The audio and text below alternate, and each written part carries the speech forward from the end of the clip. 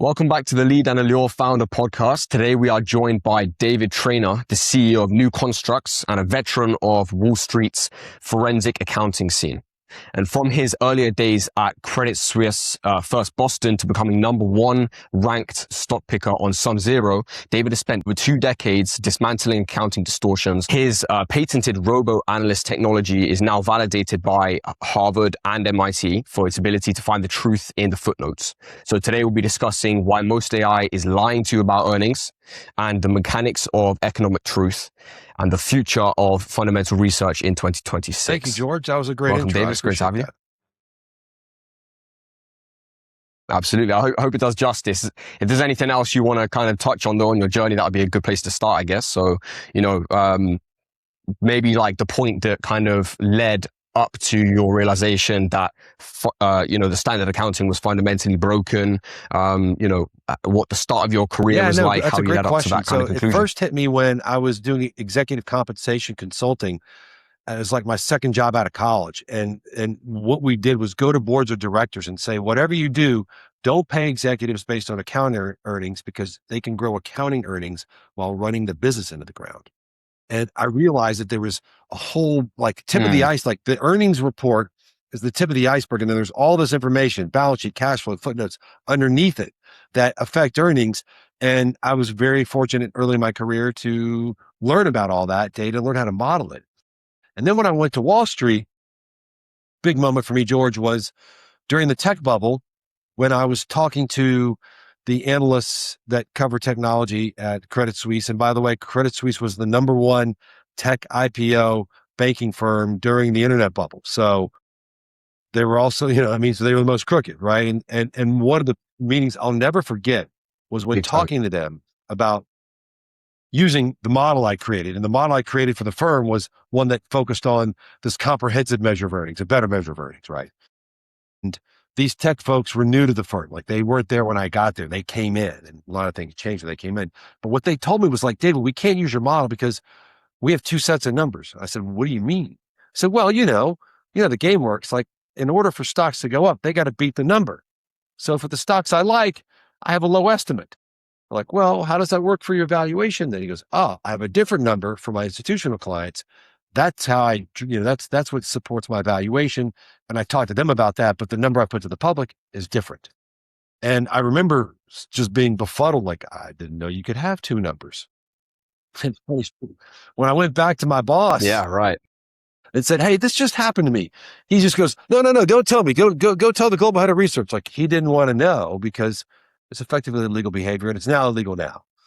And so that's, when I experienced that, I realized that this thing that people think Wall Street is, which is a place of great research and super smart people doing all this great to analyze companies, it's not that at all.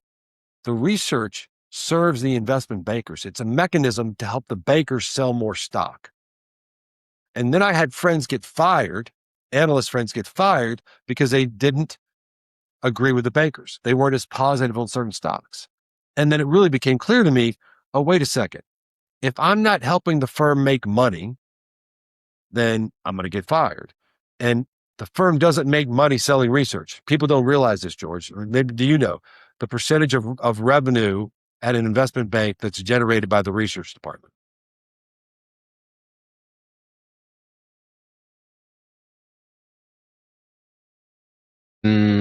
I don't know, 40%, 50%. Yeah, maybe 1 or 2%. Zero. It's a negative profit. It's a cost center. So if you're not helping the people that do make the money, the bankers and the traders, what happens to you? And so when I saw that taking over, I thought to myself, crazy.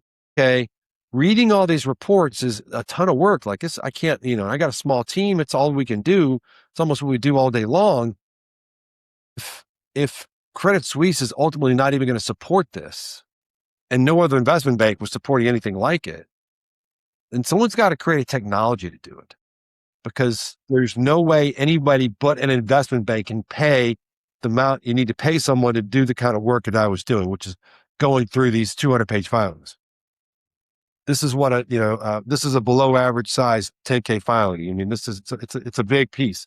It's not comic book material either. You can see legalese, complex jargon. And I thought, this is when I realized technology was going to have to take over. And that's when I created new constructs, it was to invent the technology to do that. 100%. Wow. And I guess, like tools like Gemini now, how fast could they kind of just wipe through that and understand everything? Like literally what? Gemini can't maybe do 30 what we seconds. do. Crazy, right? And this is one of the big misunderstandings about AI in general. Like when you go, and I challenge everybody, that's able to listen to this, go into to Gemini or to Claude or to Chat GPT and ask it, why does AI lie so much? It'll give you 5 to 7 reasons. And those reasons are always, well, my training data is not complete or accurate. I'm trained to give a response and show confidence, not admit that I'm wrong. Any answer is greater than no answer. Anyway, and tuned to be confident, tuned to extrapolate, all these things. What no one talks about AI is that the data is not any good. Nobody knows how to teach it. So Google actually paid new constructs to have access to our data, to access to my team, to build its own AI agent for investing. It's called FinCites. They featured it last week out in Vegas. And they brought us on to give them what I call a small language model, our small language model. Small language model is very different from the large language model in that its ambitions are much more practical. Our ambition in new constructs is to understand fundamental data, a silo, not the whole world. We're not trying to boil the ocean. We're focusing on the silo of fundamental financial data. And that's something that we've been able to use technology to make sure our data is as accurate as possible, which is 100% if you ask Harvard Business School. They published a paper proving that. And that data is also organized into an ontology that generates alpha, which Harvard Business School has proven, which SubZero has proven, which our publicly traded indices, Bloomberg, have proven. So that's why Google said, listen, if we can combine a accurate data set with verifiable ability to generate alpha into an AI agent, now we have something really powerful. And that's why they built it. 100%. Yeah. And when I've been working on this other financial research project as well, that is the exact problem they're trying to solve right now. It's like, how do we, well, slightly different, but the same kind of principle of people work in a specific way. They need an AI model that caters to that instead of having something that it doesn't take into account the years of experience you have and the workflow you have, etc. So I think, that is the problem with the bubble. It's like, there needs to be more specific applications of that. Yes, you need to be able to focus on a slice of the world where you can be sure that the data is reliable and that it's actually organized in the right way too. That's why I like the medical student example. To train someone to be a doctor, there's a whole bunch of material that has been organized into taxonomies, like different types of diseases, different body parts, and then put into an ontology, which is to heal. The steps to heal. Yes. So we've organized financial data into a lot of different categories, and then we put it into an ontology that's focused on how to generate alpha, and that's really also related to how to find the stocks that are the most profitable and the cheapest. And we can do that in a way that adds incremental value because the market is looking at so much wrong stuff that our stuff is different enough to generate significant alpha. For example, the core earnings leaders index was up 27% last year, while the S&P was just up 18. So our earnings numbers are good enough to make a difference. Right. Absolutely. Yeah. And so, okay, cool. So my next question for you is about, I guess, being in the dark corners, throughout your career rather than just like at the face of the income statement. So could you share a bit about maybe like the most expensive footnote disclosure that you've seen a company hide, and how a standard AI can like can possibly, fail to see such an One of important piece of them, information? very recent, Oracle was hiding around $250 billion of debt off balance sheet and overstating its cash flows by 250 billion. So it was, showing something. And this is another set of firms. We actually pointed this out. CNBC showed for a group of firms that the free cash flow was something like, 120 billion. And we're like, no, it's like negative 300 billion. And the AI doesn't know what to look for because the data doesn't present itself as a $249 billion liability. It presents itself as a bunch of payments that are required to be made, but they're contingent on maybe a lease not yet started or a building not yet started or some sort of performance in the future. Those contingencies, though, are absolutely essential to Oracle's AI plan. So if those contingencies don't happen, Oracle's not in the AI race. They're not building anything. So those liabilities are absolutely real liabilities, but these are subtleties and complex jargon, accounting, and finance language that AIs don't understand. And the reason we're able to do it at scale is because I've had expert humans going in and parsing these documents for over 20 years. And every single time that this expert has gone and interpreted and classified the data into the taxonomies and ontologies that we use, we've done that millions of times, George. And so now our own private AI that we do not share with the world, like we'd never give this away, but our private AI is powering the millions and millions of human expert guided decisions around how to treat data.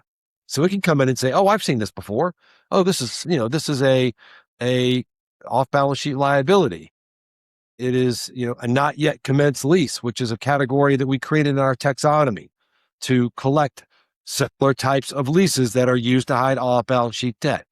And then it can go and collect the data and model for us, and we don't have to look at it because we've looked at millions and millions of these iterations. We have 43 billion data points in our database, all designed to help inform the machine to do more of what we did in the past. In the beginning, it was all you.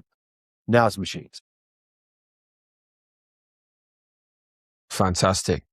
And you touched earlier as well on Harvard and MIT, publishing cases of how your tech disrupts fundamental analysis. So could you walk us through how the logic of how a Robo-Analyst maintains the precision of a forensic accountant at the scale it back does? in 2017, Charles Wang is a professor at Harvard Business School, gave me a call and he said, hey, I got a hard time getting students to want to take my class.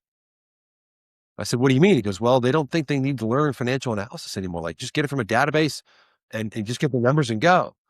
And I said, he said, I get the feeling you don't believe that's true. And I said, no, I don't. But I think I can give your students and you your cake and let you eat it too. He said, well, what do you mean? Well, what if there was a technology that was going through it and doing all this work in the footnotes and giving the students the insights that they're looking for without having to do the work? And he said, that would be very interesting. So he came down to Nashville, Tennessee, and ended up writing a case study called New Constructs, Robo-Analysts Disrupting Fundamental Research Forever. And the message was that this Robo-Analyst technology, which is another way of saying AI agent, right? AI agent, Robo-Analyst. Ours was just sort of a more specific name. But our AI agent for financial analysis had collected so much data across so many companies that we were able to get better insights in the profitability and valuation. And then the next step from there was, well, I know your data is better, David, but does it generate alpha? And so Charles Wang from Harvard Business School, Ethan Ruin from Harvard Business School, and then Eric So from MIT Sloan School of Management got together and wrote a paper that analyzed our measure of earnings, which is we call core earnings, against all the other versions of earnings to see whether or not our earnings number could generate better returns relative to those other measures. And the answer was yes. Abnormal returns of 8 to 10%. That led to Amazing. Bloomberg creating indices and an ETF based on our data that has dramatically outperformed the S&P 500. Yeah, talk about that as well. So like, I have a question about that actually specifically. So, you know, you talk about return on investment capital being the ultimate source of truth, right? So is it still, do you think, the most ignored metric in on Wall Street? Yeah, probably so. Yeah. Look, Wall Street's in the business of selling stock, George. So, I learned early in my career, the investment banker selling stock can find a metric to make any deal look good. Because at the end of the day, again, it's about selling stock. And look, they're going to sell some bad stuff. I mean, look at Allbirds, right? Just recently went bankrupt.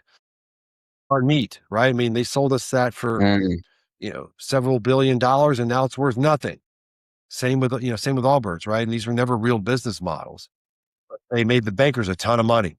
mm, And so, yeah. um, return on invested capital, I think core earnings is another thing that's overlooked too. Like, and the great thing about core earnings is that it's apples to apples with what people already use. Return on invested capital is a more sophisticated number because it takes into account the income statement, the balance sheet, and the cash flow statement, and all that stuff. And it just requires people to think a little differently, bigger picture. But our core earnings number, just a better number of earnings, can just be a plug and play. Just replace those legacy earnings numbers that you've been looking at with a better number. And you'll get a better predictor on who's going to beat and miss. Get a better predictor on earnings. You get a truer measure of profitability for valuation. And it's a simple, edit, replace, edit, find, replace. Yeah.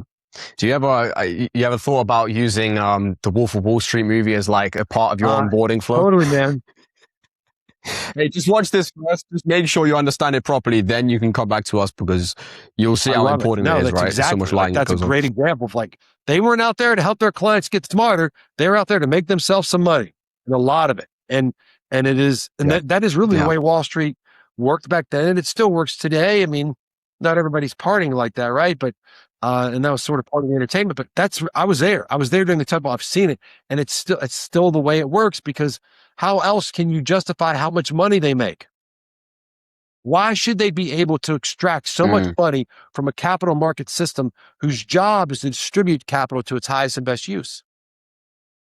And I believe that before I got to Wall Street, most of the people on Wall Street were made up of people who realized that they had a responsibility to be good stewards, and that the future of the stock market depended on its efficiency and its integrity.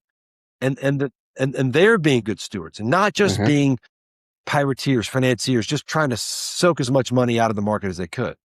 And that all changed as the tech bubble came along, and ever since. And so it's a shame, because it is true, and people should watch Wolf of Wall Street and understand this is what Wall Street is about. This is what you're up against. They're not afraid to misinform you because they can make so much money and be gone and be on their yacht before it catches up that it doesn't even matter. And Wolf of Wall Street is a little bit misleading because it makes it look like the bad guy got caught. There's a million bad guys out there, and every now and then only one or two of them get caught. Why do you think, or maybe there is, but like, why do you think there's not more strict rules around people kind of exploiting or extracting from two reasons? Being the in Wall that Street role, guys being are in that just power? one step ahead of the regulators. They're way more Wall Street people. And let's face it, if you want to make a lot of money, are you going to go to Wall Street, or you're going to go to the SEC? Right. I can see right top of the food chain is the super smart hedge fund managers, right? And there's the smaller hedge funds and maybe mutual funds. And then there's Wall Street sell side people, right? There's a lot of different jobs. You can make a lot of money before you get to regulator. And the second reason is that the regulators have been gutted. I mean, the SEC, for example, has been basically, I think, they've been hamstrung. First of all, and we've experienced this firsthand, the SEC struggling just to get the filings that the companies are submitting to it. They're struggling to get that to the public, right? The filing that we were supposed to get, the big file that has all the filings from the previous day, we were supposed to get Friday morning by like 5 a.m. It didn't show up until the next day at like 5 p.m. We'll get that done. Secondly, I don't know that the SEC, I don't know what they're doing. Like, for example, the SEC recently just settled with Elon Musk. They gave him a $1.2 million fine and signed a settlement with no admission of guilt for his illegally talking about Twitter and not disclosing that he'd already accumulated a large portion. He violated securities laws by talking about the stock and not disclosing that he'd already built a position of greater than 5%. It's a direct violation. And there were lawyers on record and SEC letters on record saying that he'd done like $1.2 billion of damage, over $1 billion of damage. And the fine was a fraction of that. He got off almost scot-free. So who knows what's going on at the SEC? It's been gutted recently. You've got a new guy in charge. I think their budgets have been cut. I don't want to speak to that. Other than my firsthand experience with them in a few situations, and I know what you're saying, and I don't have a great answer because they could be doing a lot more.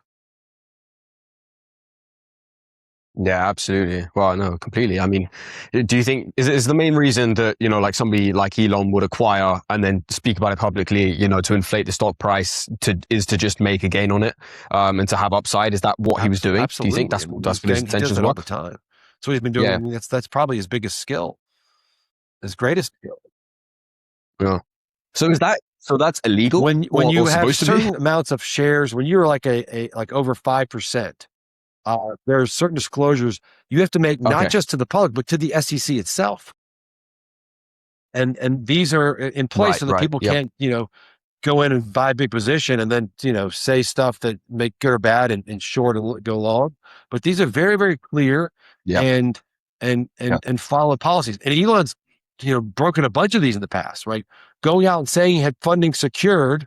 Remember the 420 funding secured?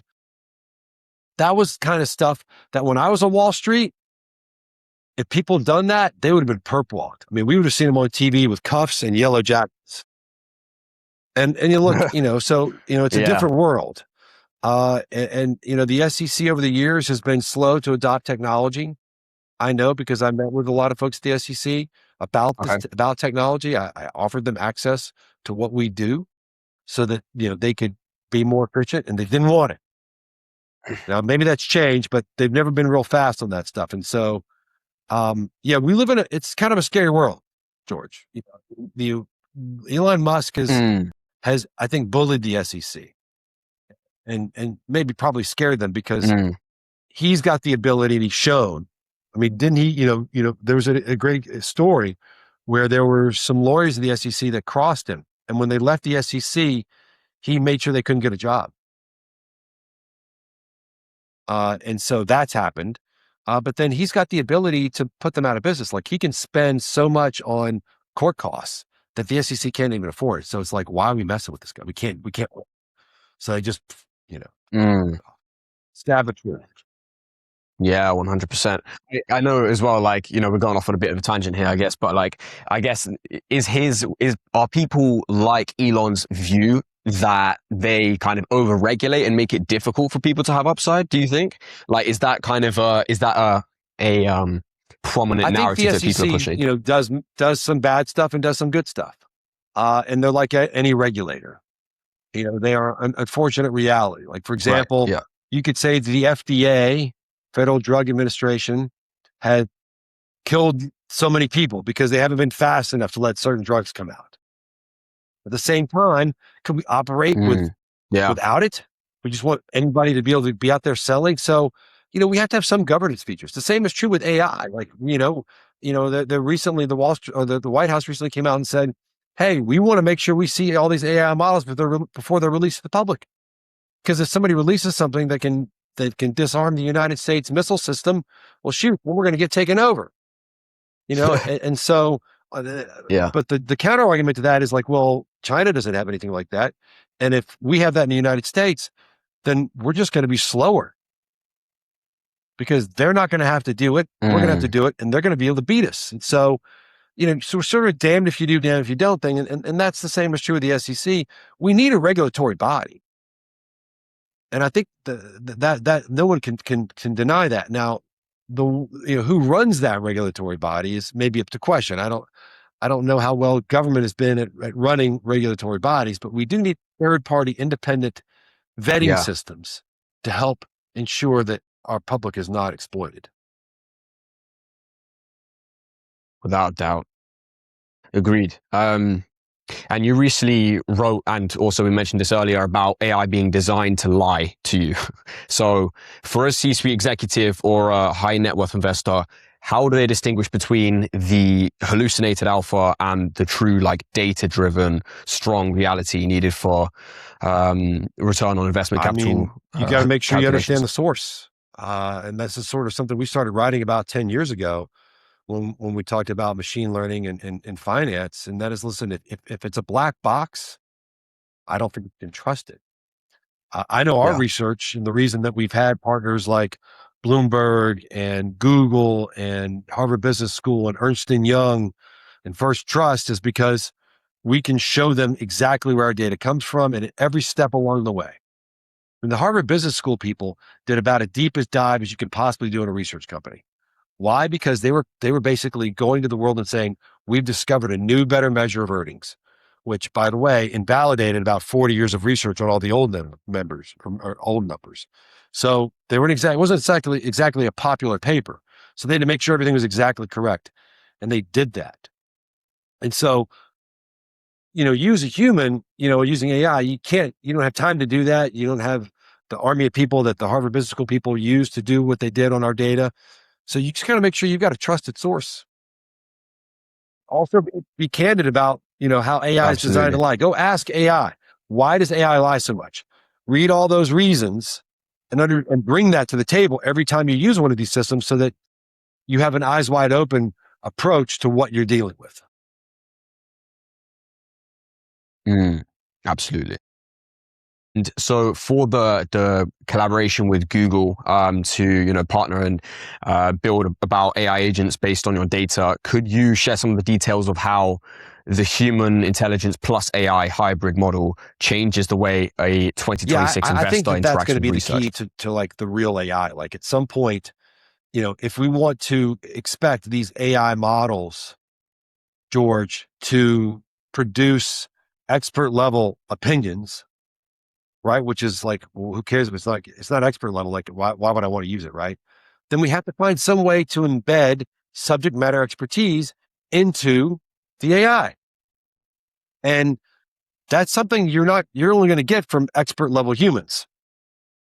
Anthropic has already tried to, get its AI to read all the books. It had a huge project that it read all these, people just read all these books.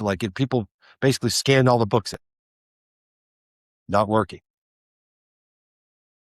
Humans have to figure out how they're going to teach machines to do sophisticated things. And I would tell you that comes back to clean data, taxonomy, ontology. These are really effectively the digital thought structures that will endow the machines with subject matter expertise to provide truly reliable results to complex expert level questions. Until that's done, it's a novelty. It's like having a million junior analysts whose work you got to review, or a million secretaries. That's all it can be until we get real about the data. 100%. Yeah. Okay. And with the explosion of private equity or private credit, and automated trading, what is the primary mission for new constructs in the next 18 months? Central to our prime mission is to expand our database to cover private companies as well as public companies so that we can have apples to apples comparisons and benchmarking for both public and private firms, especially given how big some of these private companies have gotten. And then we want to make what we have available to the world. The mission from New Construct from the beginning has been to improve the integrity of the capital markets. And you do that by equipping all investors with the one version of the truth about profitability. And we've proven that we have done that. We've proven that it generates alpha. And the next step is to cover more companies and get what we have out there to more people. Fantastic. And what would you say like one of the biggest successes is over the past year with one of your clients in terms of, deploying new constructs? What A are lot some of of our big those? clients, these big quant funds like Two Sigma and Goldman Sachs Asset Management, they don't tell us. In fact, they tell us not to even tell anybody that they're clients, right? So, and professional investors aren't going to tell you. They don't even want you to know that your data is that good because they want to bargain with you about how you should pay less. They should pay less. Even one of my favorite clients is a big money manager in the Pittsburgh area. He says, he says, look, David, I probably shouldn't tell you this, but you save me millions of dollars. For me to replicate what it is you do, I'd need to have hundreds of analysts doing nothing but data and technology, and you just give this to me right on a silver platter. And then we've got individual clients as well who write some great testimonials. I encourage anybody who's coming to our website, newconstructs.com, go to the testimonial section, see what people say about us. It's very, very flattering. And many people are just happy and grateful that we exist, because they've gone most of their lives looking for something like what we do, and they never found it. So that's the goal, is to empower people to be smart investors, improve the integrity of the capital markets. George, that's a big thing. I think the success of the United States is mostly based on having a better capital market system than everybody else in the world. Because we were like one of the youngest countries out there, but we're the most powerful. And we did that because we were smart with capital, which made us more innovative, which is why we have the biggest and strongest economy in the world. For that to continue, we have to 100%. find a way to continue to allocate resources intelligently. That means don't give too much to any one person or company. It's got to be distributed to maximize innovation. Otherwise, our society is going to decline. That's how it's done. You got to go out there. You got to be able to try things. You have to know that you're going to be rewarded for your efforts. And that's kind of, I think, the thing about, it's freedom of capital, freedom of ideas, which allows people to go try different things. And then, the capitalist system says, listen, I'm going to earn a reward commensurate to my effort. So I'm not going to be overtaxed. I'm not going to be overregulated. Exactly. If I create something great, I'll make a lot of money. And that's going to attract people from all over the world where that's not the case. And that's been a big part of why the United States has been so successful. And I think, a big part of our mission is to ensure that mechanism stays in place. Absolutely. Change to make earnings more transparent. Honestly, just make sure that the SEC gets the data out there, because as I mentioned a few minutes ago, we didn't get the filings from the prior day they were almost 12 to 24 hours late. You got really the most important job. One job, SEC, let the people have the data. So get that right. And then I think number two, put it out. Make sure that companies aren't cheating in their filings. Like, we see missing disclosures all the time. We see incorrect disclosures all the time. Income statements that don't add up, balance sheets that don't balance. We see it all the time. So if the SEC can just make sure that stuff's right, and then I'm not saying they've got to do any of the interpretation. Leave that to, I think, third-party experts like us. We'll take care of that. We'll put it out there for people to see. They can validate it. They can audit it. But just let us get the data. Just make sure we're getting the data. Make sure the data has been prepared adequately, and that we're getting it in a timely manner. 100%. What do you think what's the main reason that they don't get it out? And there's latency. Is it because you think there's, people behind the scenes kind of saying, we don't want this to be I don't want to attribute any sort of what malevolent design to what's going on there. I would say, Jordan, probably a lack of investment in technology and a lack of personnel. Because I think the SEC's been gutted recently. A lot of people, they've been, the budget's been cutted. So I don't think they have the people, and systematically over time, they've not invested in technology, which means they need people to do manual things, to do things that should be automatic. And that's just got us to a place where on days when there's a lot of filings that come in, your system maybe breaks. Well, maybe there's an opportunity for somebody there.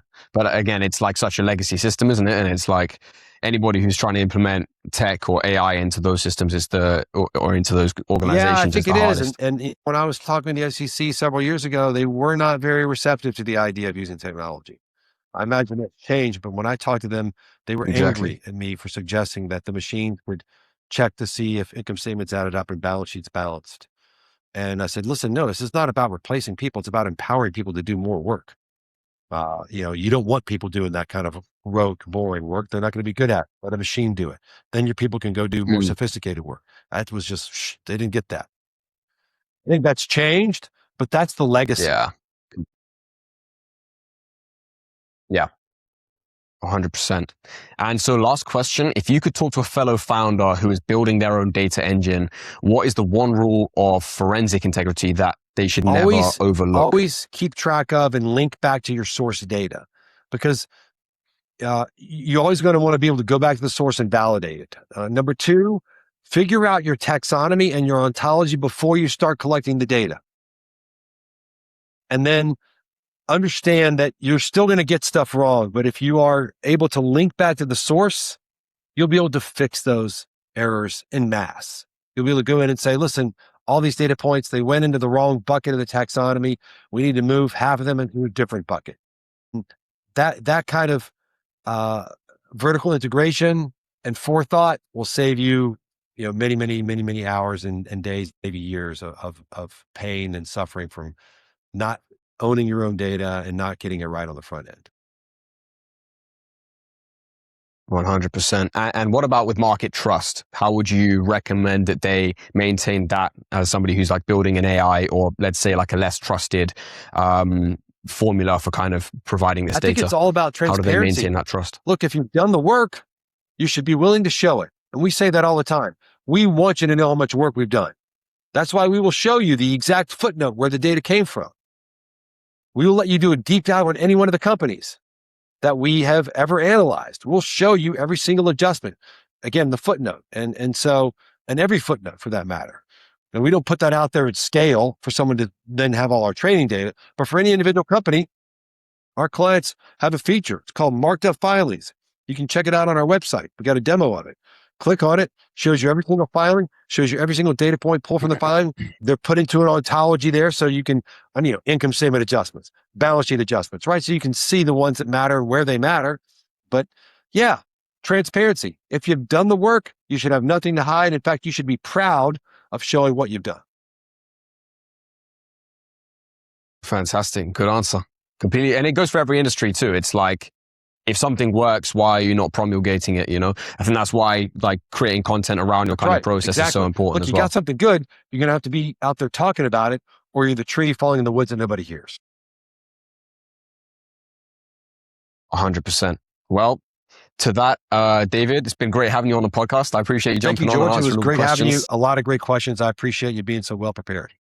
Fantastic. Well, to everybody who's tuned into the Founders Podcast, we look forward to seeing you on the next episode.